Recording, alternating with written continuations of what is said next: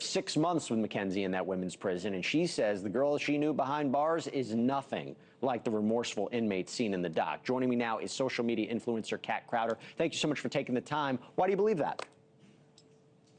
Thank you for having me. When McKenzie first walked out in the documentary, my jaw was dropped because that was not the person that I saw in prison when I was with her. She walked around in a very light demeanor, if that makes sense. So lots of laughing, lots of giggling, makeup done every day. It was never this dark, smug, tough girl act that was in this video, trying to portray some sort of remorse. I never, I don't know what somebody's thinking. I don't know what's going on in her head, but from my observations, there was never any, behaviors that looked like somebody who was remorseful. Did she ever talk about the crash? Did she ever talk about the victims in the case? Not directly to me, but I've spoke to a few women since me being released and going on about her case, and they've came out and said that they had conversations with her and she informed them that it was not due to pot, it was due to her being high. There's a few different stories that she's had. One was that she had no idea, she didn't remember, amnesia. So there's a few things that she circulated. Did you ever see, talking about POTS, did you ever see any of those symptoms when you were with her, when you were around her?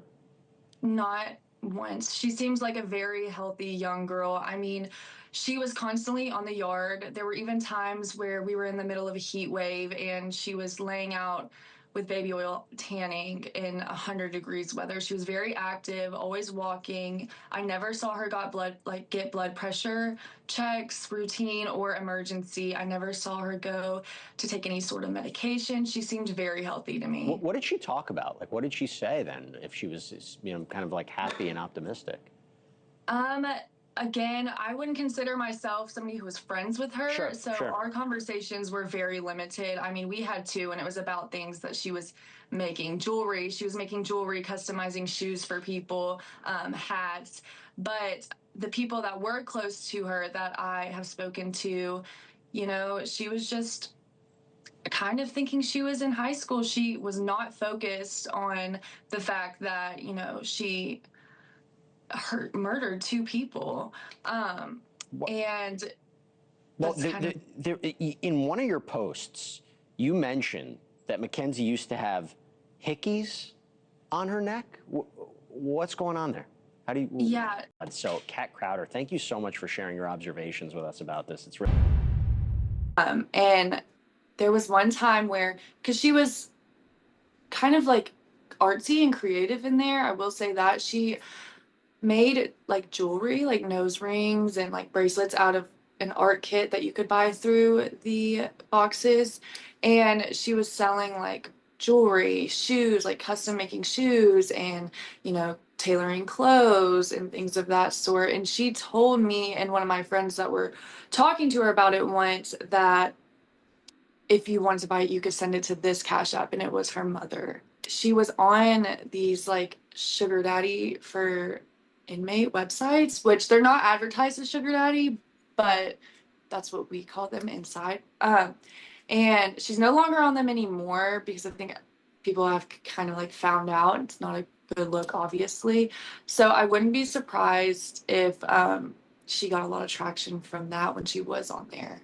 Gotcha. So would that be kind of like an OnlyFans thing? Like she would send things Well, to people, or how does that work? so it's similar. You know how Gypsy Rose met Ken and Ryan both through the pen pal websites? That's what they are. But in turn, these women basically, feed these people a lot of lies and say, oh, I'm going to come home to you and yada, yada, yada. And they fund their prison lifestyle. Okay, y'all. So this broad really thought Kim Kardashian was gonna be her lawyer. Girl, you are not like innocent or like a petty crime. You unalived two people, Davion and Dominic. Rest in peace, always. But you wanted to be a model. You wanted to be an influencer. You wanted to be famous, and now you are.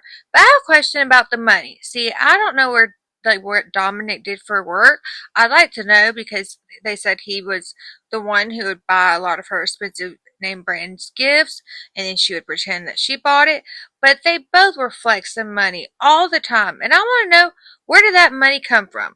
Now, in the police reports and stuff, so far we did see where she was selling. Well, she sold herself.